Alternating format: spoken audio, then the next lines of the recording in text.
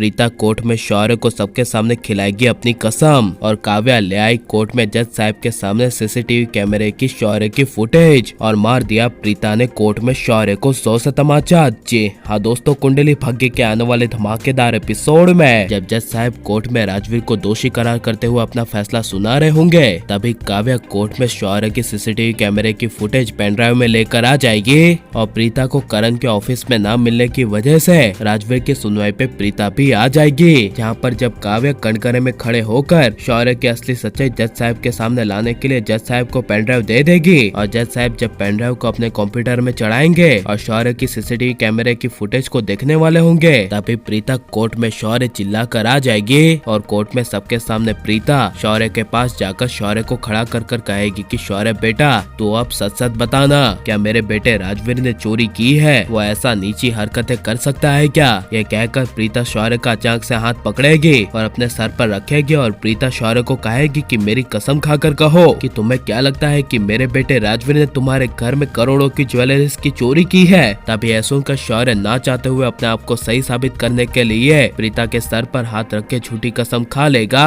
और प्रीता को कहेगा आई एम सॉरी मासी, लेकिन मुझे लगता है कि राजवीर ने ही चोरी की है। जिसे सुनकर प्रीता को काफी बड़ा झटका लगेगा और गुस्से से जब जज साहब प्रीता को कहेंगे कि ऑर्डर ऑर्डर, आपने यहाँ पर क्या तमाशा लगा कर रखा है? ये अदालत है, कोई आपका घर नहीं है। ये सारी आप लोग कसमें असमें बाहर खाना, यहाँ पर अदालत को अपनी कार्यवाही करने दीजिए।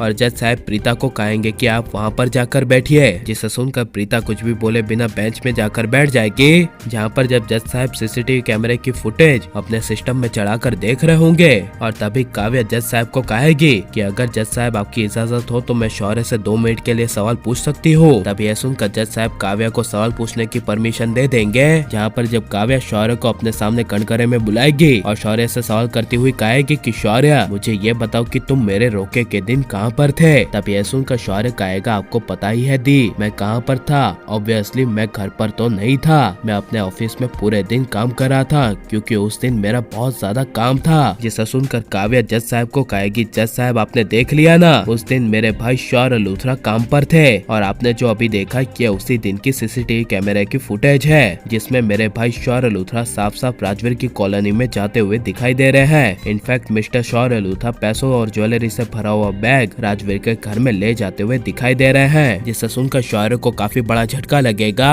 और जज साहब राजवीर को बेगुनाह साबित करते हुए राजवीर को बाइज्जत बरी करते हुए कहेंगे कि ये अदालत फैसला लेती है कि सारे सबूतों और गवाहों को मद्देनजर रखते हुए यह अदालत इस नतीजे पर पहुंची है कि शौर्य लूथरा ने जानबूझकर राजवीर को फंसाया है। इसी वजह से राजवीर को यह अदालत बाइज्जत बरी करती है और शौर्य के राजवीर को झूठे इल्जाम में फंसाने के लिए शौर्य को यह अदालत 7 साल की सजा सुनाती है। जिसे सुनकर शौर्य, निधि और काव्या को काफी बड़ा शौक लगेगा और शौर्य के प्रीता की झूठी कसम खाने की वजह से तभी प्रीता शौर्य को 100 से तमाचा मार देगी। लेकिन अंत में राजवीर काव्या का चेहरा उतरा हुआ देखकर अपना केस वापस ले लेगा और जज साहब को शौर्य को सजा देने से इनकार कर देगा। और लेकिन राजवीर को ऐसे शौर्य को बचाना चाहिए क्या नहीं, और काव्या अपने ऐसे बदतमीज भाई को सजा दिलवाकर सही करेगी क्या नहीं, और शौर्य और निधि को उनके किए की सजा मिलनी चाहिए क्या नहीं, ये सब हमें कमेंट में जरूर बताएं। और आप प्लीज इस वीडियो को लाइक शेयर हमारे चैनल को सब्सक्राइब करें।